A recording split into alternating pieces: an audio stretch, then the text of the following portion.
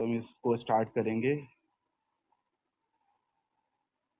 मैं परमेश्वर से दुआ करता हूँ कि आप सबों के मन को परमेश्वर खोले और आपको सब वचन समझने में आपकी मदद करे।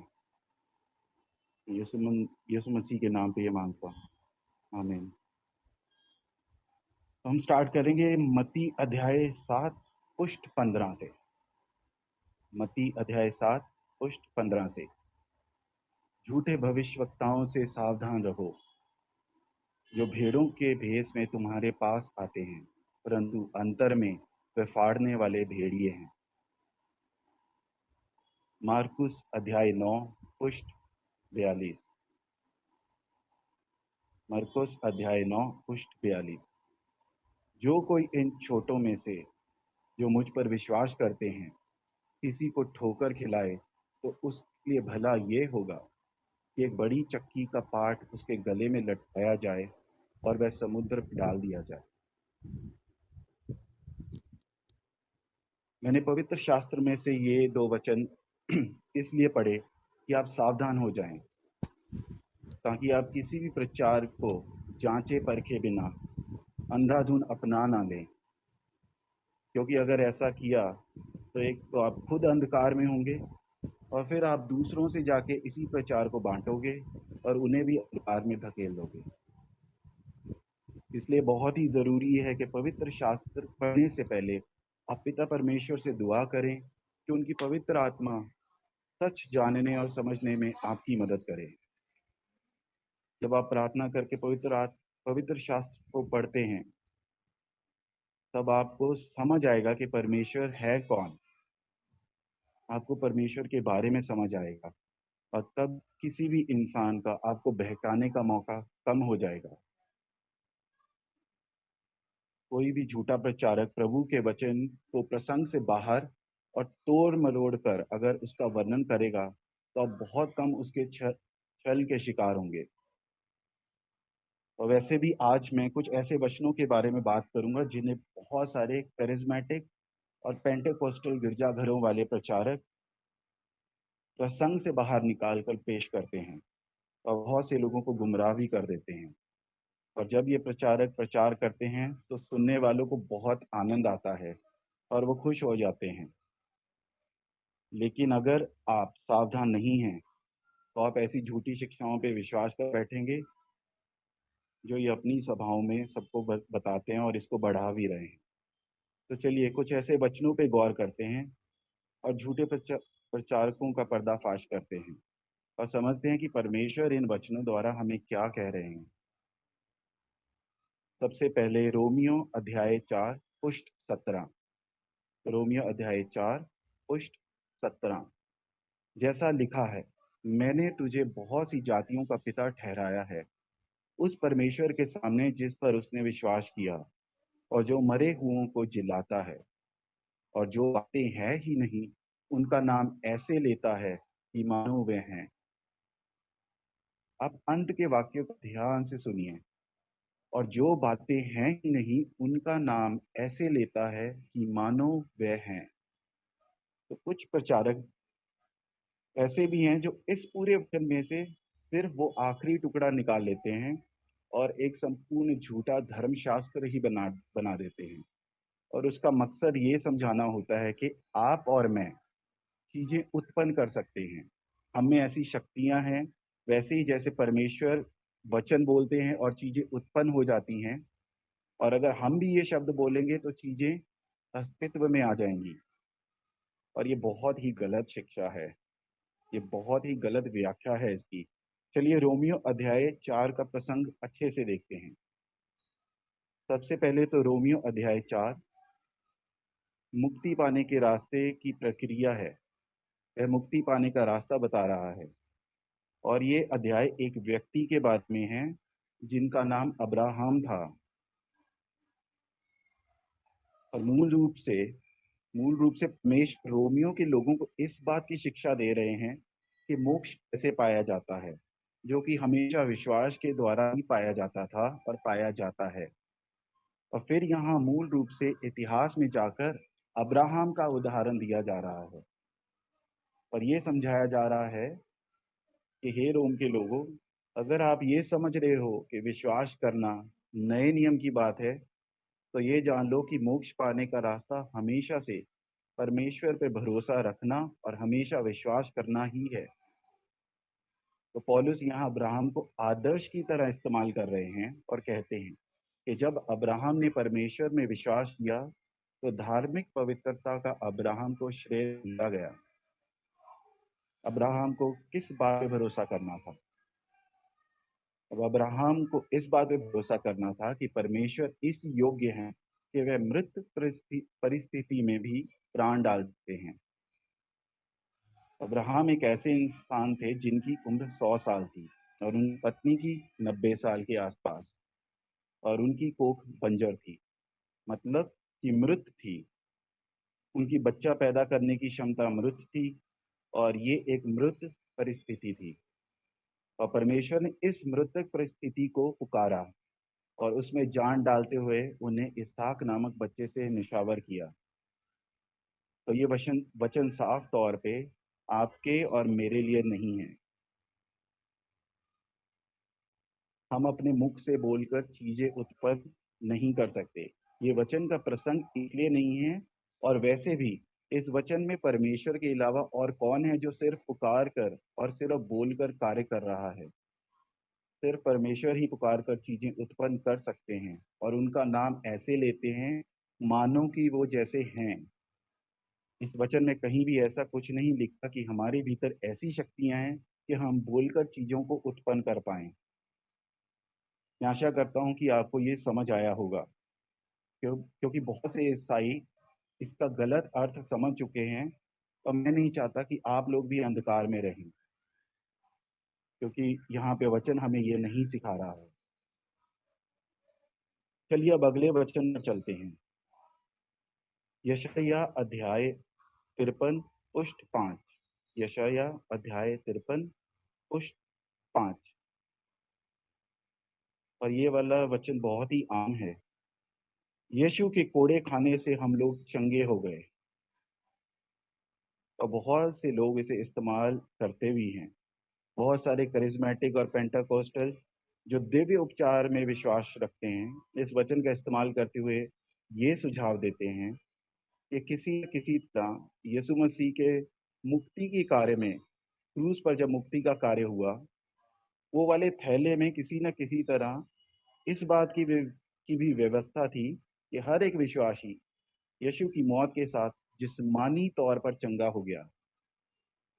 एक बार फिर से ध्यान से यशायाह अध्याय 53 के प्रसंग को देखिए, और इसके साथ ही साथ अगर आप यशायाह नबी की पूरी पुस्तक पर ध्यान देंगे, तो आपको इस बात का ज्ञान होगा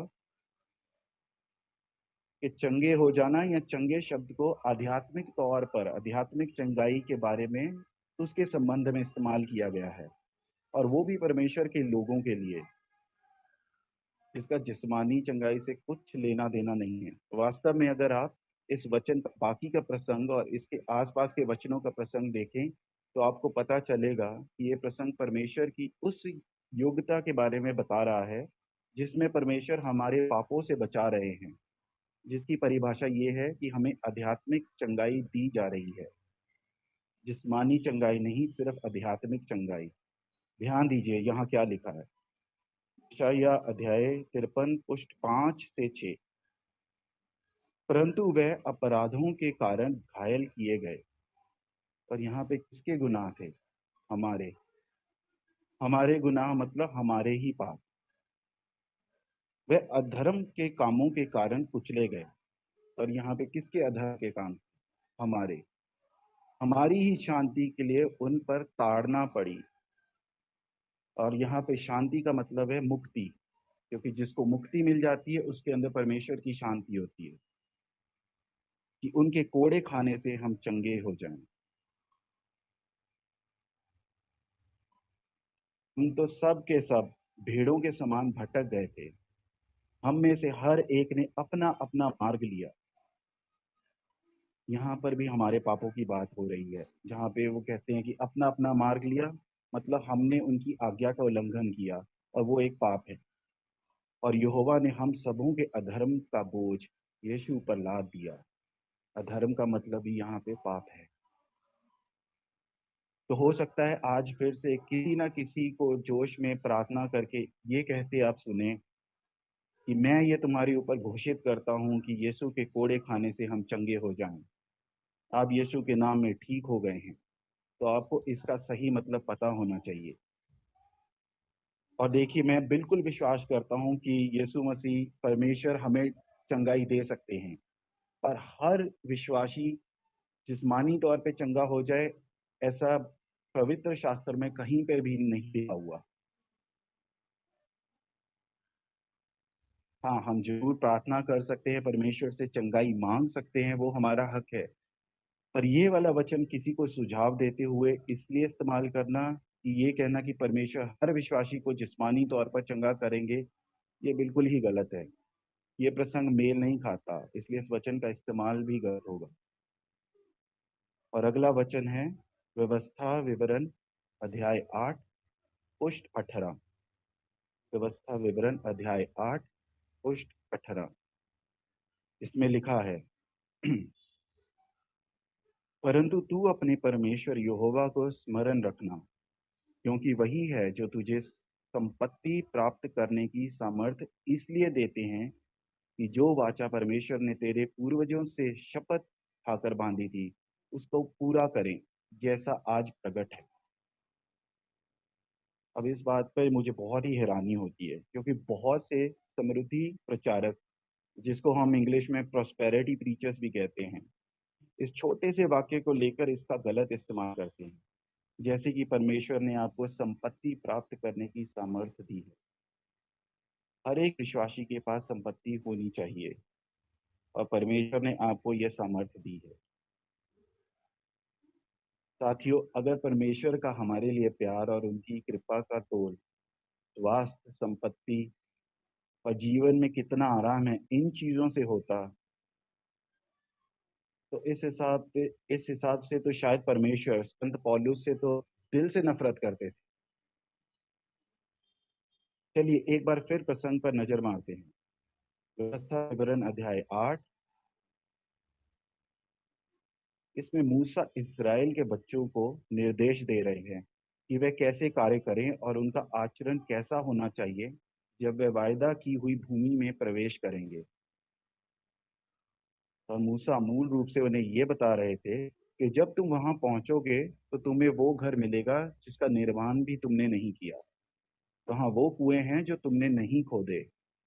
वहां वह सब चीजों की कृपा तुम पर होगी, क्योंकि ये भूमि वायदे के अनुसार मिल रही है और परमेश्वर तुम पर बहुत ज्यादा कृपा करेंगे। तो जब तुम वहां पहुंचोगे तो अहंकारी मत बन जाना, चालाक लोमड़ी की तरह मत पेश आना, अपने परमेश्वर को मत भूल जाना, पर हमेशा नम्र रहना।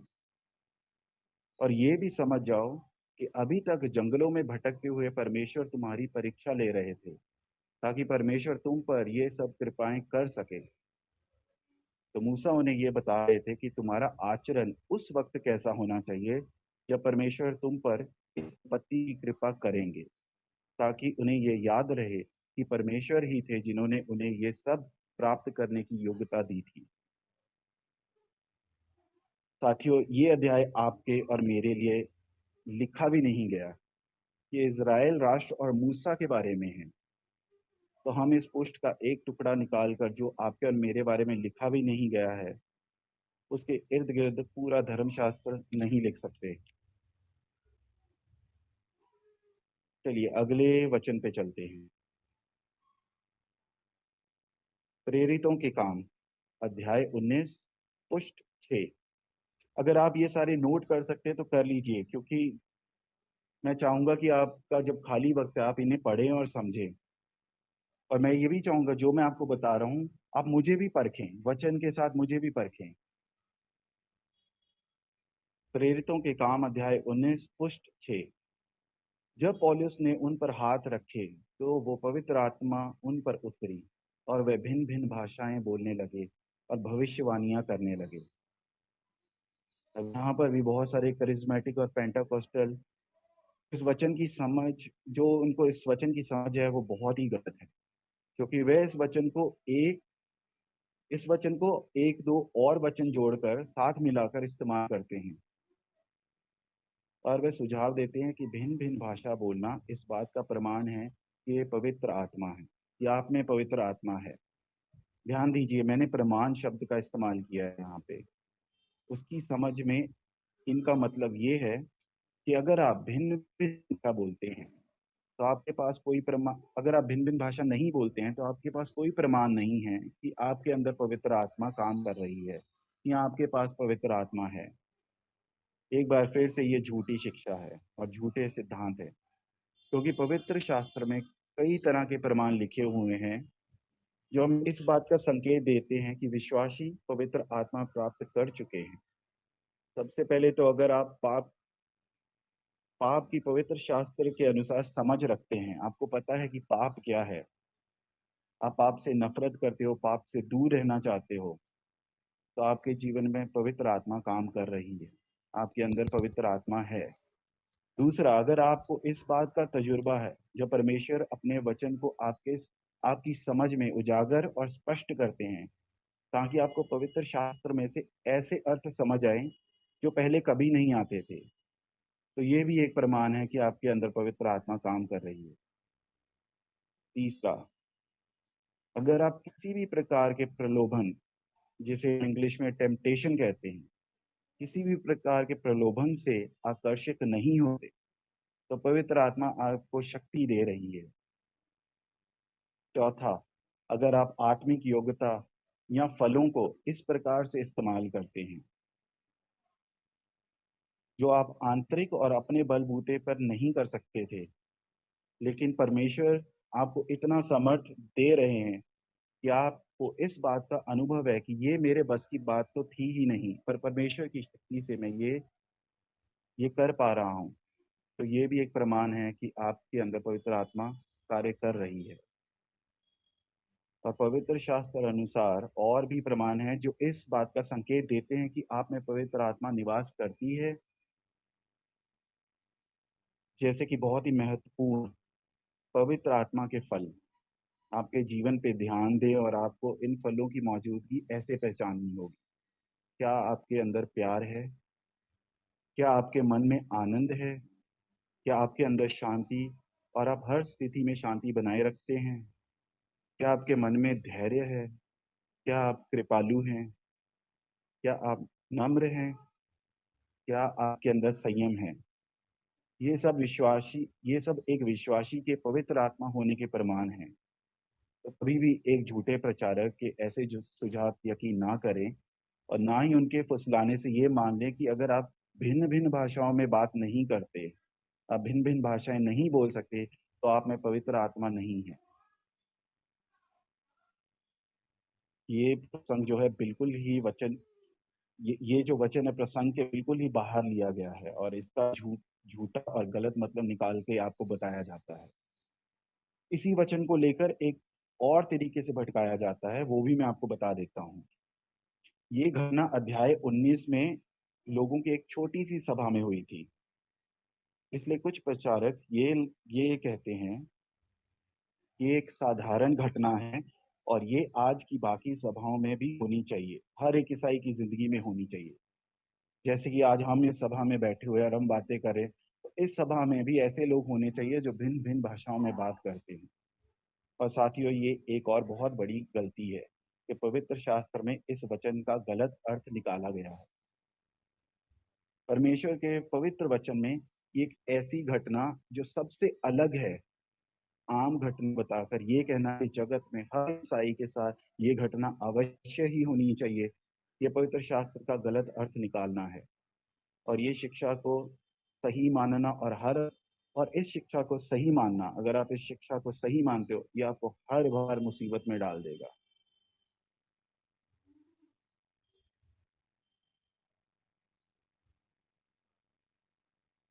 और अगला वचन है मत्ती अध्याय 18 पुष्ट 18। मत्ती अध्याय 18 पुष्ट 18। इसमें लिखा है, मैं तुमसे सच कहता हूँ, जो कुछ तुम पृथ्वी पर बांधोगे वह स्वर्ग में बंधेगा, और जो कुछ तुम पृथ्वी पर खोलोगे वह स्वर्ग में खुलेगा। बहुत बार ऐसी सभाएं होती हैं जहां लोग भावुक हो चुके होते हैं और आसपास के माहौल का उन पर गहरा असर हो चुका होता है, शक्तिशाली प्रभाव होता है।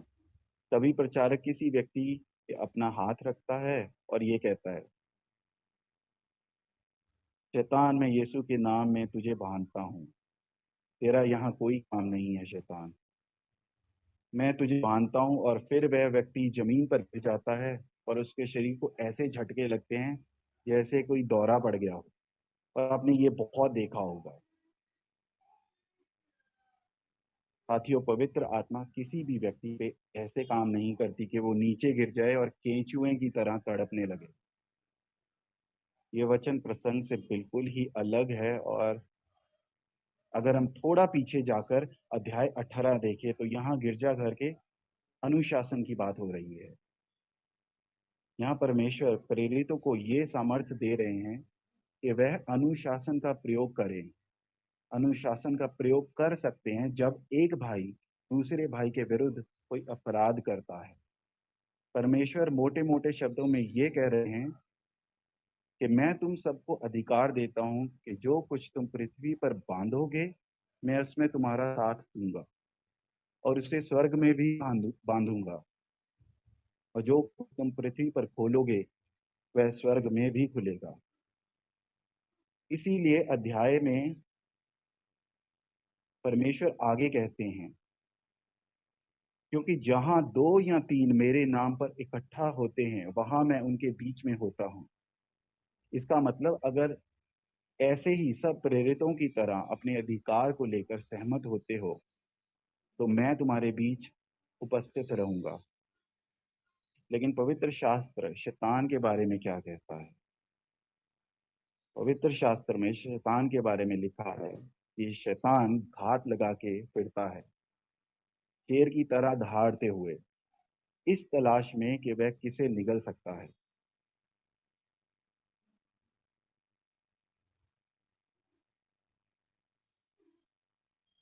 ये है एक पत्रस अध्याय 5 पुष्ट 8। एक पत्रस अध्याय 5 पुष्ट 8। और इस वचन में कहीं भी ऐसा नहीं लिखा है कि मुझ में और आप में ये क्षमता है कि हम शैतान को बांध सकें या किसी तरीके से बंद कर सकें। और सिर्फ इतना ही नहीं, पवित्र शास्त्र में ये भी लिखा है कि शैतान को बांधा जाएगा, लेकिन तब जब मसीह दोबारा आएंगे, जब मसीह दूसरी बार आएंगे। मसीह शैतान को 1000 सालों के लिए आग की झील में बांधेंगे, 1000 साल के साम्राज्य के वक्त में। और यहाँ ये नहीं लिखा गया है कि शैतान को हम बांध सकते हैं। प्रकाशित वाक्य अध्याय 20 पुष्ट 1। स्वर्गदूत ने उस अजगर अर्थात पुराने सांप को, जो इबलीस और शैतान है, पकड़ के 1000 वर्षों के लिए बांध दिया। इतना ही नहीं, यहूदा की पुस्तक अध्याय 1 पुष्ट 9, यहूदा की पुस्तक अध्याय 1 पुष्ट 9 में तो प्रधान स्वर्गदूत मिकाएल, जिसको हम इंग्लिश में माइकल भी बोलते हैं, जब मूसा के शव के विषय में वाद विवाद करते हैं तो मिकाएल ने शैतान पर दोष लगाने का भी साहस नहीं किया था, बल्कि कहा कि परमेश्वर तुझे डांटे। तो अगर स्वर्गदूत ही शैतान को ना डांट सकते हैं और ना बांध सकते हैं तो आप और मैं इस योग्य बिल्कुल भी नहीं है। पवित्र शास्त्र में तो ये तक लिखा है कि शैतान इस संसार का राजपुत्र है। मतलब इस संसार में जो कुछ हो रहा है उस पर शैतान का बहुत बड़ा प्रभाव है, तब तक जब तक मसीह वापस आएंगे। लेकिन आप परमेश्वर से प्रार्थना जरूर कर सकते हैं, अपने और अपने परिवार की सुरक्षा मांगते हुए। जैसे कि याकूब अध्याय 4 पुष्ट 7 में लिखा है, परमेश्वर के अधीन हो जाओ और शैतान का सामना करो तो वह तुम्हारे पास से भाग निकलेगा। ध्यान दीजिए, यहाँ पे सामना करना लिखा हुआ है, ना कि बांधना। और यहाँ सामना करने का मतलब लड़ना बिल्कुल नहीं है। इसका मतलब ये मान के चलो कि बहुत तेज आंधी आ रही है और आप उस आंधी में फंस चुके हो, तो आप भागोगे नहीं, आप वहां ठहरे रहोगे और सामना करोगे तब तक जब तक आंधी अपने आप थम ना जाए। यही मतलब है।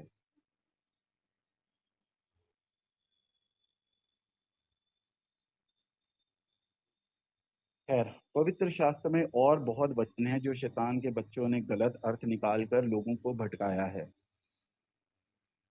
और साथियों, अगर आप प्रार्थना नहीं करते, अगर आप पवित्र शास्त्र पढ़कर परमेश्वर को नहीं ढूंढ रहे हो, तो आप गलत शिक्षा और प्रचार की चपेट में जल्दी ही आ जाओगे। और ये बहुत ही खतरनाक है। आप टीवी पर, यूट्यूब पर, सोशल मीडिया पर, शक्तिशाली सभाओं में, क्रूसेड्स में, ऑनलाइन मीटिंग्स पर जो कुछ बताया जाता है उस पर बिना परखे यकीन करोगे तो आप बहुत खतरे में हो। और मैं जानता हूँ ये देखने और सुनने में बड़े अच्छे लगते हैं, जब कुछ सिर्फ नाम के, जिनको ये अनॉइंटेड प्रचारक कहते हैं, जोश में एक के बाद एक वचनों को हवा में फेंकते हैं। और ये प्रचारक जोश में प्रार्थना करते हैं तो जो जो लोग हैं सुनने वाले, वो जमीन पर गिर के तड़पने लगते हैं या जमीन पे गिरना शुरू हो जाते हैं। और गिर गिर कर लोग ये बोलते हैं कि मैं डिलीवर हो चुका हूँ, मैं हील हो चुका हूँ, मैं स्वस्थ हो चुका हूँ। और ये सब बकवास है। मैं आपको सीधा बता रहा हूँ, ये सब बकवास है। और मैं आपको इस बात की प्रेरणा देना चाहता हूँ, जब कभी आप कोई भी वचन सुने तो प्रचार करते समय, जो प्रचार करते समय इस्तेमाल किया जाता है, आप एकांत में जाएं, एकांत जगह पे जाएं और उस वचन का पूरा प्रसंग देखें। और प्रसंग से मेरा मतलब ये है कि जब एक वचन पढ़ा जाता है, उससे पहले क्या लिखा गया है और उसके बाद में क्या लिखा गया है, वो किस बारे में है, उसको पूरा पढ़ना, एक प्रसंग पढ़ना है। तब आपको ज्यादा समझ में आएगा कि इस वचन का सही अर्थ क्या है। और फिर तूल ना करें कि प्रचारक ने जो वचन के बारे में पढ़ाया या वचन को जिस प्रकार से इस्तेमाल किया गया है वह पवित्र शास्त्र के साथ मेल खाता है या नहीं। और अगर आप ऐसा नहीं करते तो आप बहुत बुरी तरह से भटका दिए जाओगे।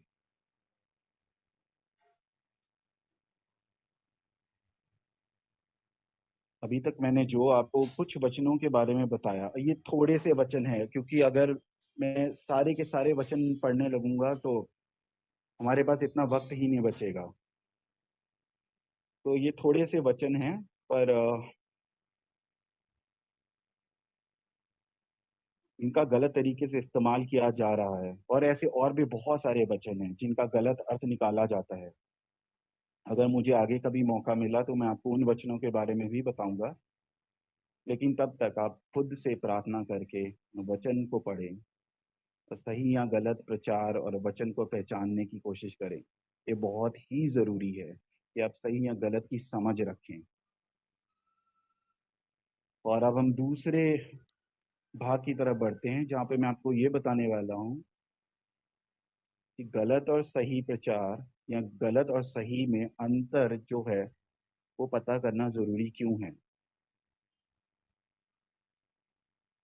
इसके लिए हम पढ़ेंगे रोमियो की पुस्तक अध्याय 1, पुष्ट 28, पुष्ट 28 से 32 तक। तो रोमियो की पुस्तक अध्याय 1, पुष्ट 28 से 32 तक। यहाँ पे पौलुस कहते हैं, जब उन्होंने परमेश्वर को पहचानना ना चाहा, तो परमेश्वर ने भी उन्हें निकम्मे मन पर छोड़ दिया कि वे अनुचित काम करें। अनुचित मतलब पाप, यही अर्थ है यहाँ पे, अनुचित काम करें। यहाँ से आप ध्यान दीजिए कौन कौन से गुनाह बताए गए हैं। इसलिए वह सब प्रकार के अधर्म और दुष्टता और लोभ और बैर भाव से भर गए, और डाह और हत्या और झगड़े और छल और ईर्ष्या से भर गए, और चुगलखोर, बदनाम करने वाले, परमेश्वर से घृणा करने वाले, दूसरों का अनादर करने वाले, अभिमानी, डींगमार, बुरी बुरी बातों के बुरी बुरी बातों को बनाने वाले, माता पिता की आज्ञा ना मानने वाले, निर्बुद्धि। निर्बुद्धि, क्या यहाँ बुद्धिमान नहीं होना चाहिए था? क्योंकि जो बहुत चालाक लोग होते हैं वो तो बुद्धिमान होने चाहिए, पर यहाँ निर्बुद्धि लिखा हुआ है। ध्यान दीजिए, जिस सूची पत्र में जिसमें पाप लिखे गए हैं, पाप जिन्हें सुनकर हम दूर भाग जाएं, दूर हट जाएं। जो लोग हत्या करते हैं, जो परमेश्वर से घृणा करते हैं, बुरी बुरी बातों को बनाने वाले हैं, उस सूची पत्र में निर्बुद्धि भी है। जैसे कि मैंने कहा, मेरे हिसाब से तो बुद्धिमान होना चाहिए, पर ऐसा वचन में नहीं है। निर्बुद्धि का मतलब लगातार सही और गलत की पहचान की कमी होना। और यही बात मैं कह रहा था कि जब आप वचन पढ़ते हो या वचन सुनते हो, तो सही और गलत क्या है उसकी आपको समझ होनी जरूरी क्यों है।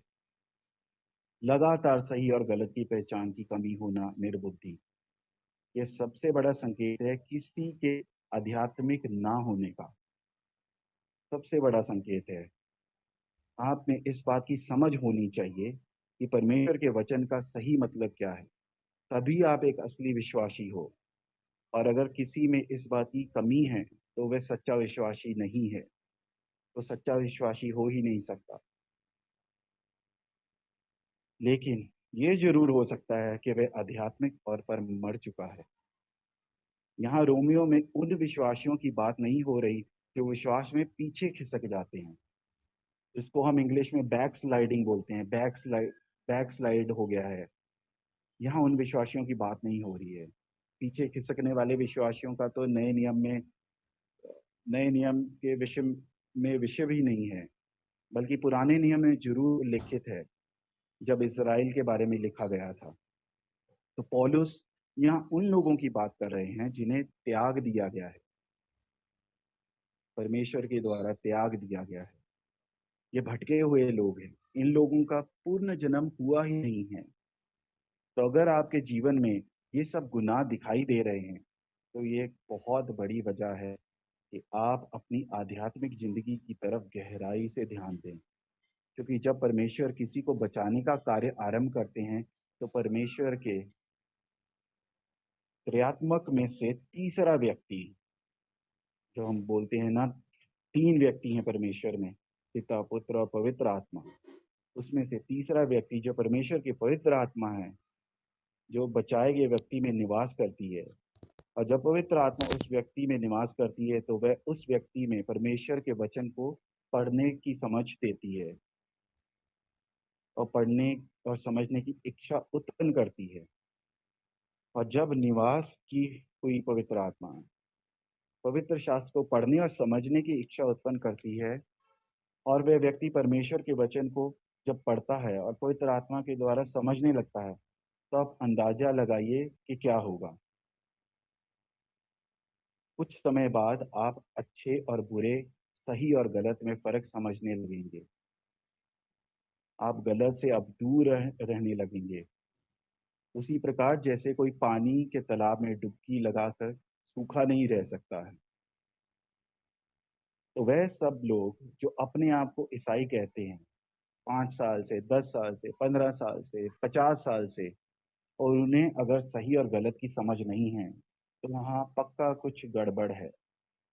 मैंने बहुत बार ऐसे विश्वासियों से बात की है जो मुझसे उम्र में बहुत बड़े हैं, लगभग 50 साल की उम्र के करीब हैं, और उन्हें सही और गलत की समझ नहीं है। यहाँ तक कि वे उस प्रचारक के खिलाफ कुछ सुनना भी नहीं चाहते जो गलत प्रचार कर रहा होता है। और मुझे ऐसे लोगों पे तरस आता है, क्योंकि 50 साल से वे इस मुकाम तक भी नहीं पहुंचे कि उन्हें ये पता हो कि सही और गलत क्या है। देखिए, आप मान के चलिए, अगर पवित्र आत्मा इतनी शक्तिशाली है कि वह हमें बचा सकती है, तो परमेश्वर की पवित्र आत्मा में इतनी शक्ति जरूर है कि वह हमें धोखाधड़ी से बाहर निकाल सके। पवित्र आत्मा कमजोर बिल्कुल भी नहीं है। और पवित्र आत्मा जिनको बचाती है, उन्हें वह शुद्ध करती है। लगातार सही गलत की पहचान की कमी, और हम नए ईसाइयों की, यहाँ पे नई ईसाइयों की बात नहीं हो रही है जो एकदम नए हैं ईसाइयत में, जो अभी अभी जन्मे हैं ईसाइयत में। यहाँ पे हम उनकी बात नहीं कर रहे हैं। उनके पास ज्यादा समझ नहीं होती, और धीरे धीरे वक्त के साथ जब वो वक्त बिताते हैं पवित्र शास्त्र में, प्रार्थना करते हैं, तो धीरे धीरे उनमें समझ आ जाती है। यहाँ पे उन लोगों की बात नहीं कर रहे हैं।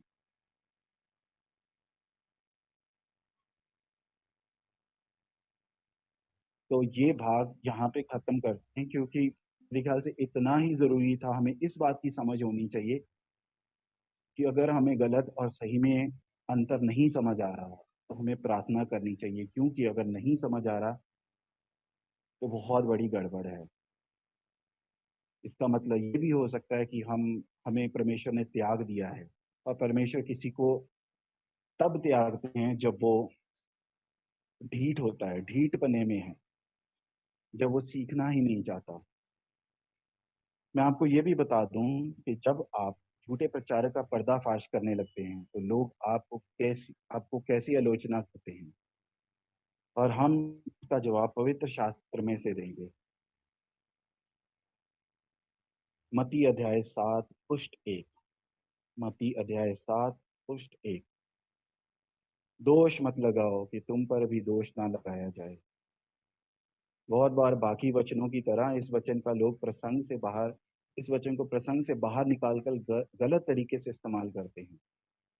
यीशु मसीह हमें जरूर ये कहते हैं कि दोष ना लगाओ, परंतु हमारे यीशु उस तरह के दोष लगाने की चेतावनी देते हैं जो पखंडी लोग लगाते हैं। जैसे कि अगर हम किसी पर दोष लगा रहे हैं, उस काम या बात का दोष लगाते हैं जो हम खुद भी कर रहे होते हैं, तो ऐसे में प्रभु हमें चेतावनी देते हैं कि दोष ना लगाओ। अब ऐसी आलोचना का जवाब ये है कि वास्तव में तो हमें दोष लगाना है, पर बहुत ही ध्यान के साथ, पवित्र शास्त्र के दायरे में रहकर। जब धर्मशास्त्र की बात आती है, जब पवित्र शास्त्र के सिद्धांतों की बात आती है, तब हमें दोष लगाना है।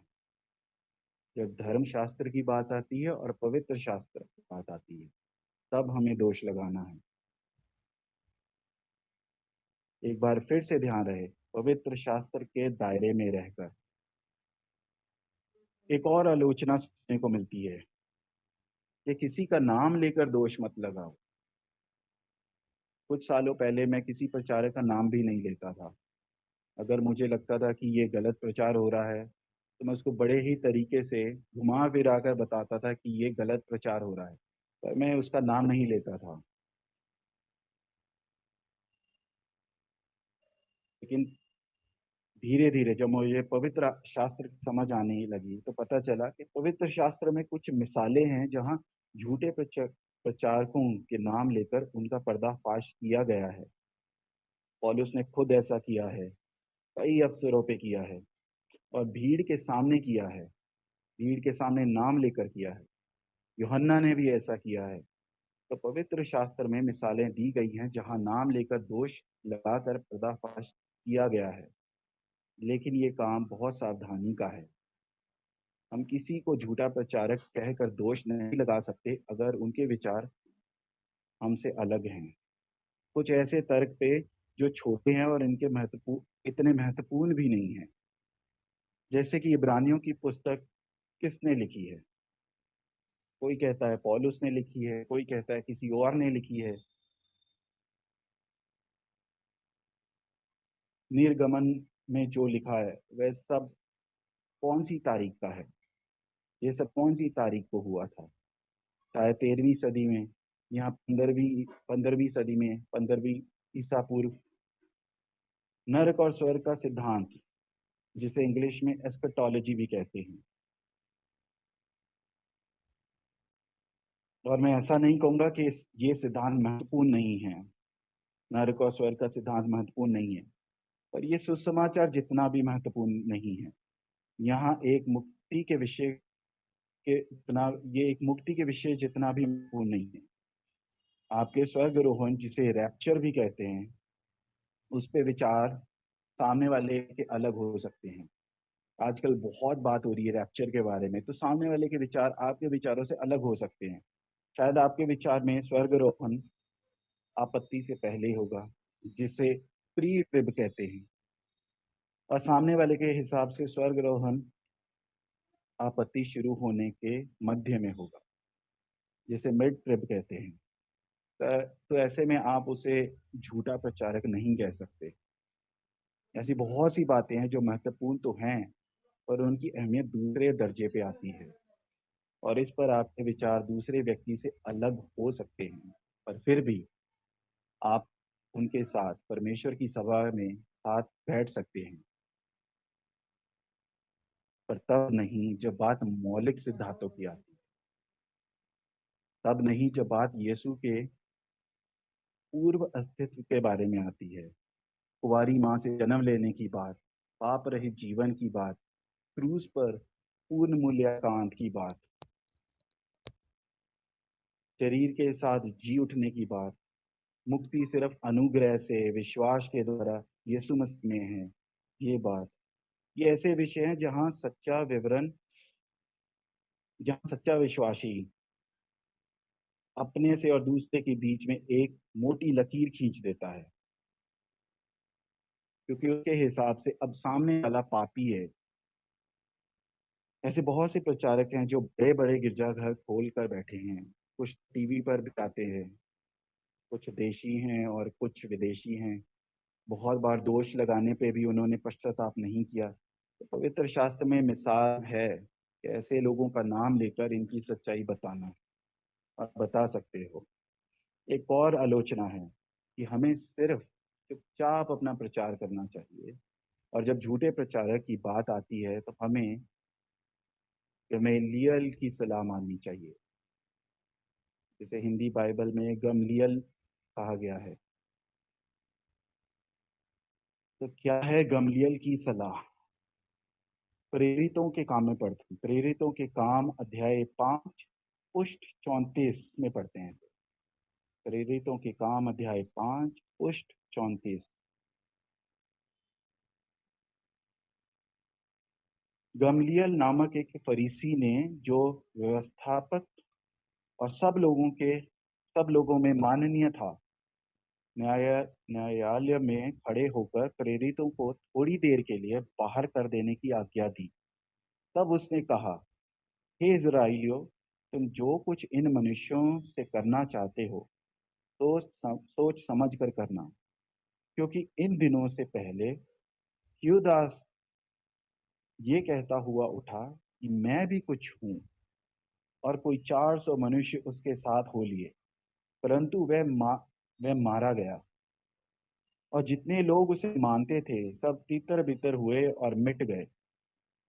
उसके बाद नाम लिखाई के दिन में यहूदा गलीली उठा, और कुछ लोग अपनी ओर कर लिए, वह भी नष्ट हो गया, और जितने लोग उसे मानते थे सब तितर बितर हो गए।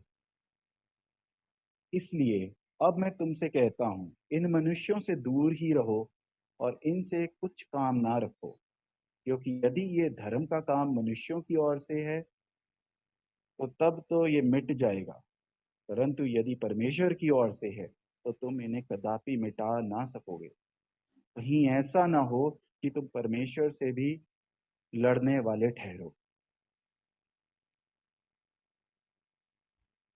अब देखिए, ये जरूर हो सकता है कि बहुत से लोगों को गमलीएल की सलाह पता भी ना हो, पर वह एक समान सी सलाह देते हैं, मतलब इससे मिलती जुलती सलाह देते हैं, और झूठे प्रचारकों के पक्ष में देते हैं, और वे कहेंगे, चलो मान लेते हैं ये बड़ी सभाओं वाले और टीवी पे आने वाले, सफलता पे प्रचार करने वाले झूठे हैं, तो ये ज्यादा देर नहीं चलने वाले, परमेश्वर खुद इनका हिसाब किताब कर लेंगे।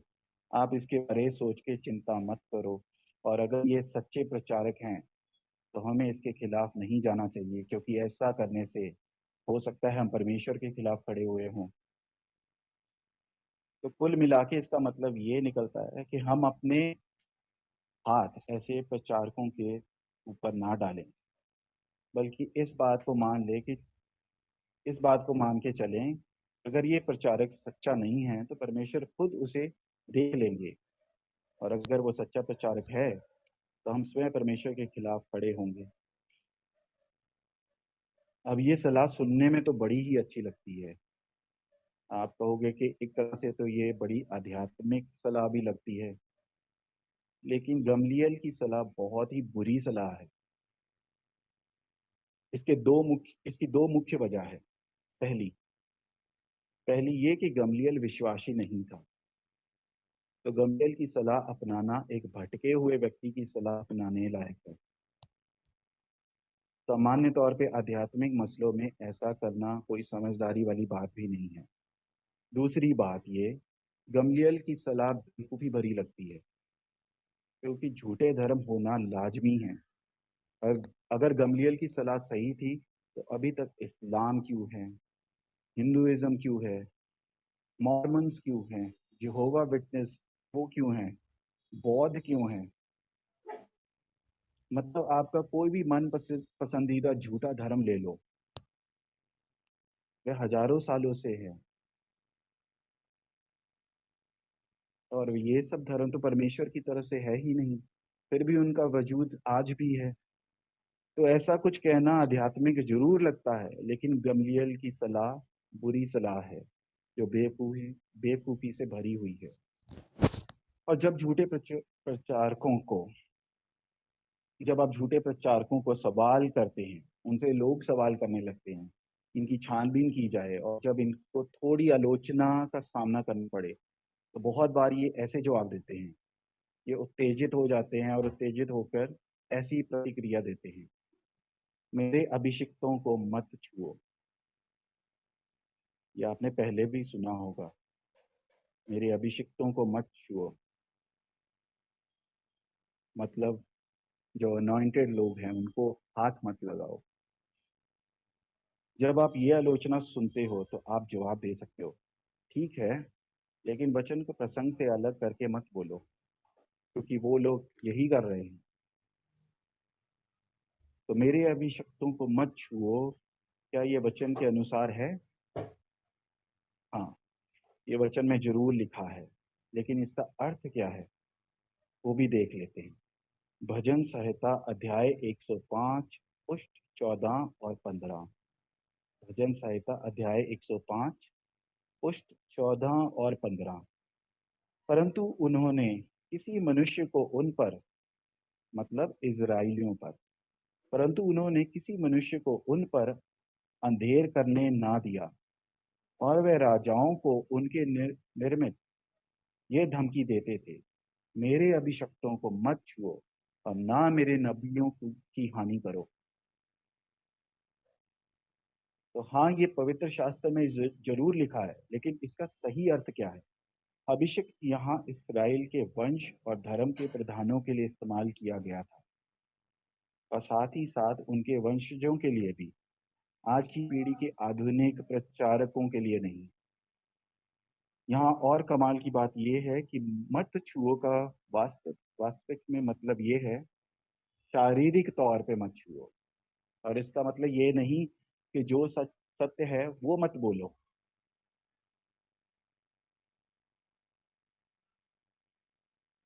आपको दाऊद और शाऊल का किस्सा तो याद होगा अगर आपने पढ़ा है।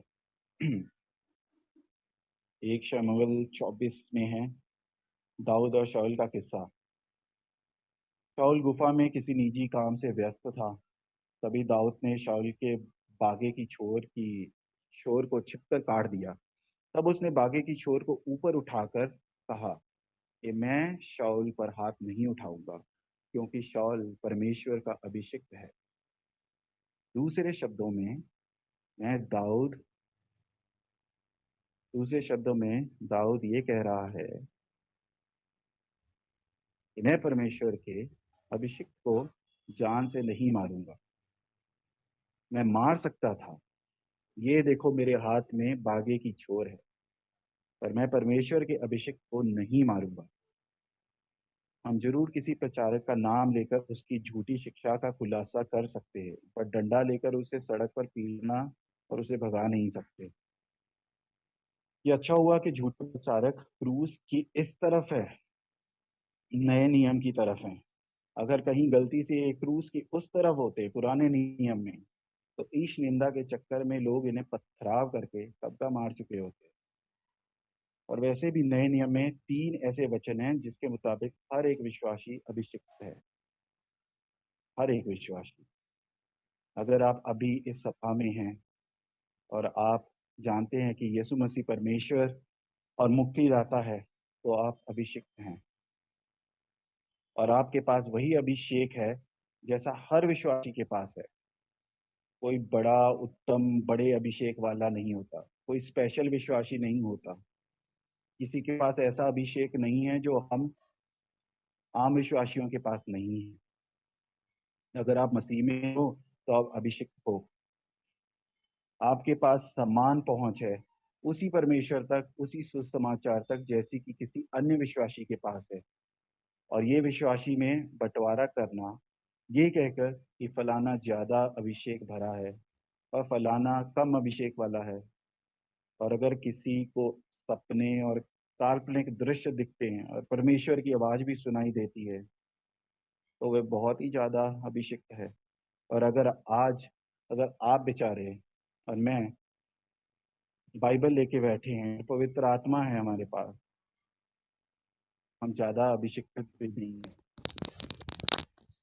पता है आपको इसको क्या कहते हैं? इसको कहते हैं अहंकार। और ये पुराने नियम में कुछ लोगों में जो अहंकार था वही अहंकार है नए अंदाज में। और ये पवित्र शास्त्र के विरुद्ध है। एक और आलोचना एक और आलोचना ये है कि आप में प्यार ही नहीं है।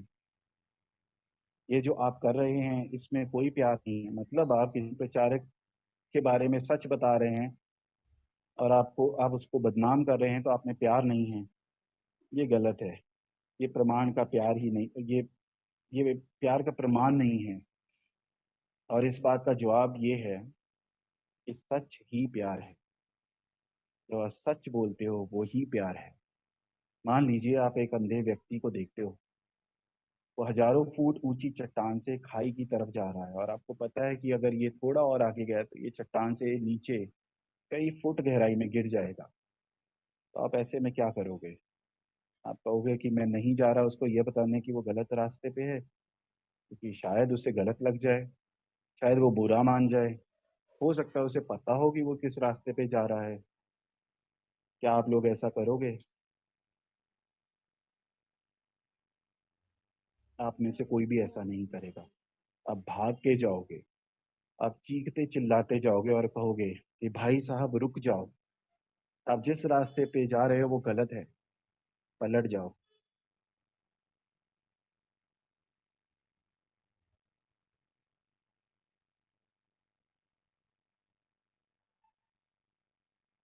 और क्या हम यही चीज नहीं करते? इससे भी ज्यादा खतरनाक स्थिति में ये नहीं करते क्या हम?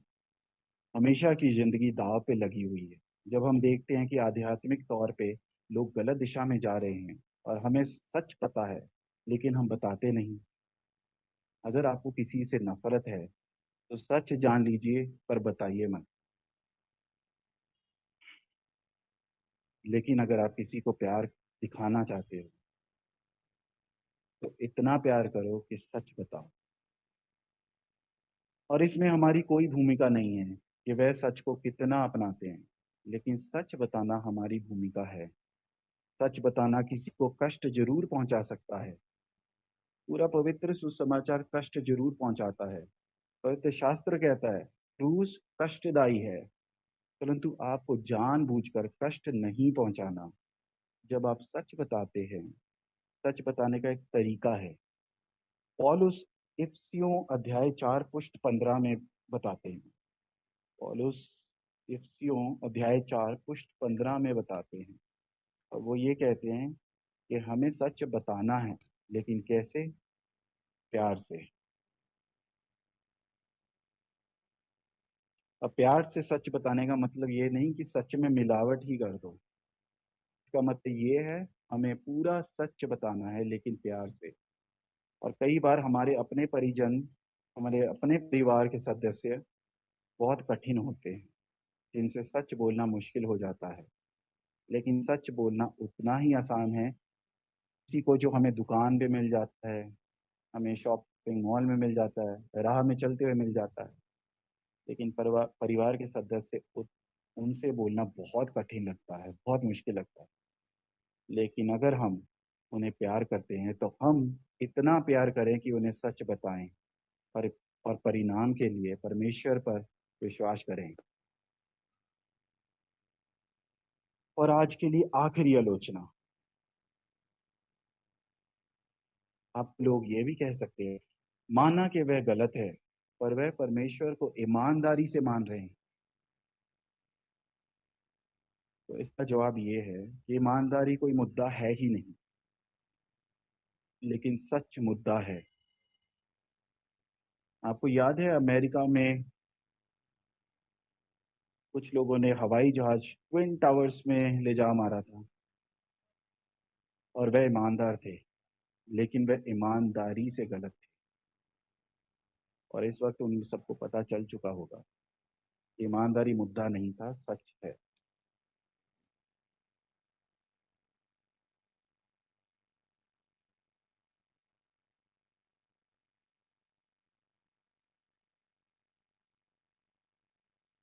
तो मैं अब समाप्ति करते हुए आज के लिए ये वचन पढ़ता हूँ। यूहन्ना की पुस्तक अध्याय 8 पुष्ट 31 से 32।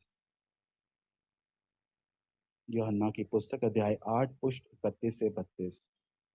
यीशु कहते हैं, यदि तुम मेरे वचन में बने रहोगे तो सचमुच मेरे चेले ठहरोगे। तुम सत्य को जानोगे और सत्य तुम्हें स्वतंत्र करेगा। आमीन।